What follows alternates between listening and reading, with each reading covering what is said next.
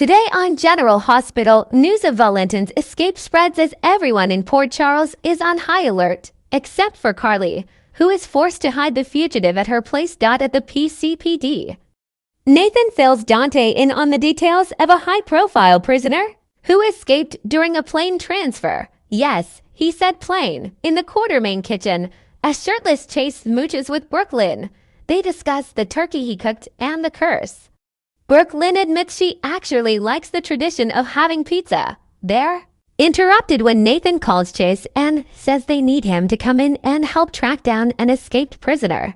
Chase is stunned when he learns it's Valentin. Later, Brooklyn catches Ned in the dark kitchen chowing down on leftover pizza. Brooklyn reminds him that, given his heart attack, Olivia banned him from having pizza, but he says, "What's Thanksgiving without pizza?" She allows him one little piece. Ned asks about Chase, and Brooklyn says he's been called into work. She fills her dad in about Valentin's escape and the fears that he's coming for Charlotte. They rehash Brooklyn's past scheme involving Bailey, Lou, and Valentin, and how, in the end, she still gave Ned a grandchild in GIO. Lulu's Rocco and Charlotte are on the porch, and Rocco vents about his dad demanding he stay away from Joe. He asks if she's ever been so angry that she didn't want to speak to her dad. She hasn't felt that way and would actually give anything to speak to hers. Inside, Lulu gets a call from Dante, who warns her about Valentin's escape from a plane transport by parachute out of the plane. He tells her not to let Charlotte leave the house. Lulu immediately yells at the kids to get inside. Back at the station, Dante asks Nathan to go by Lulu's and check on her and the kids, since Valentin will eventually show up to see Charlotte.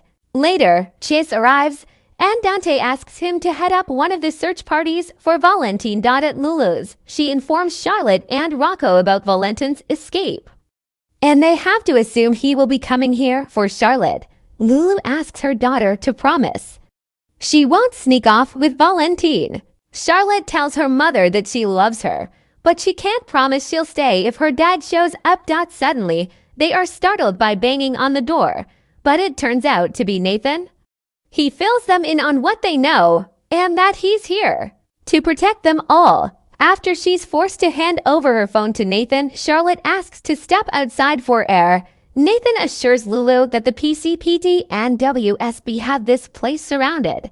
Charlotte and Rocco step out together. Lulu cries to Nathan that once again, Valentin has put her in a no-win situation with Charlotte. Lulu wishes she had never listened to Jack and let Charlotte see her father. Jack used her. Now, all of this could get her daughter killed. In Jack's office, Jack rants at someone on the phone about putting 24-hour surveillance on his daughter. Joss is stunned to learn that Valentin has escaped and that Jack was arranging his transfer to the US. He has to go to the PCPD and help organize a manhunt. Joss realizes that Valentin will likely come after Jack, which means her mom is in danger. As well, Jack says he'll get someone to watch her mother, but Joss wants to be the one to protect her. Alexis arrives at the station, and Dante asks if she's heard from Valentin. The lawyer hasn't.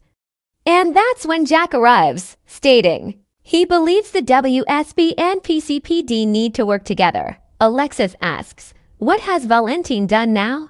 She learns Valentin escaped, insists the only contact they've had is by mail, and she only informed him of what's been happening in Port Charles.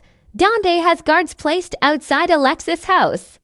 With Anna out of town, he fears that Alexis is the one person Valentin might turn to for help. At Carly's, she asks what Valentin is doing here. He says he wasn't about to let her sit by and have all the fun. She asks how he escaped, and he tells her that he jumped out of a prison transport jet. She warns him that everyone will be looking for him, but Valentin says they won't expect him to come here. Carly brings him a first aid kit, and he tells her he'll need a burner phone and some fresh clothes. Some leftovers would be nice, too. She makes it clear he can't stay here and she is not going down for treason for helping him. She also has a young daughter who, thankfully, isn't here tonight and won't put her at risk. Joss opens the door and walks in, announcing, "Mom." I'm back. Valentin hides, and Joss explains she needs to spend the night as Trina and Kai got back together. Joss sits on the couch, finds the first aid kit, and asks why it's out. Carly quickly covers and says Donna was playing doctor with it earlier. Joss decides to go upstairs and shower. She also warns her mom of the news bulletin that Valentin escaped, so they should turn on all the alarms, given that she is dating Jack. Joss then heads upstairs. Lucas returns home to Windermere, and Marco calls out to him from the living room. Marco surprises him with a romantic setting.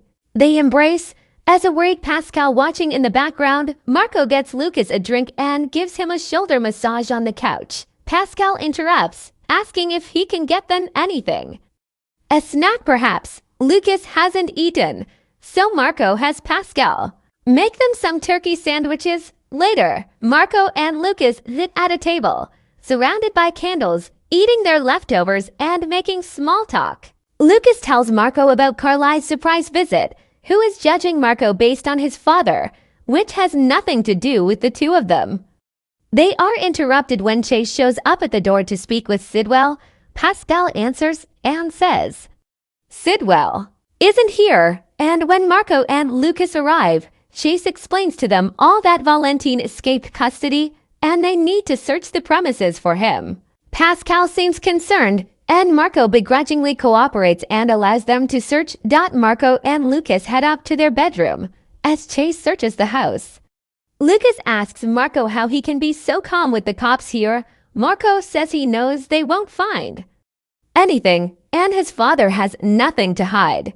Lucas is ashamed to admit he thought the cops were here for Sidwell, which would have proved his sister right. However, he assures Marco that he fully trusts him, and they kiss. "Oh, for once I can wait to hear Carly say, 'I was right.'" Lucas wakes up later and finds Marco is not in bed. Downstairs, Marco checks in with Pascal, who says the police left without discovering anything. Sidwell has been very careful to hide anything nefarious since Lucas moved in. Marco knows Lucas would have had questions if he didn't let the police in, and he thanks Pascal, as Lucas can never find out the truth about his father and his involvement in his business. Marco knows he'd lose Lucas. At the Brooklyn and Ned talk about how great it was having Joe there for Thanksgiving. Ned jokes that it just took him having a heart attack, which Brooklyn doesn't laugh at. He assures his daughter he's fine and not going anywhere. At the station, Alexis tells Jonte and Jack that Valentin won't show up at her house, but she will let them know if he contacts her. At Lulu's, Nathan tells Lulu that Charlotte will be fine. She has a lot of people looking out for her. Outside, Charlotte holds up the "I love you" sign with her hands, telling Rocco, just in case her dad is out there watching. At first, I thought Stranger Things had come on Carly's porch. Valentin holds the same sign up to the sky. Carly gives him a key to the shed, as he can't stay inside the house with Joss here. It's the best she can offer, and he takes it.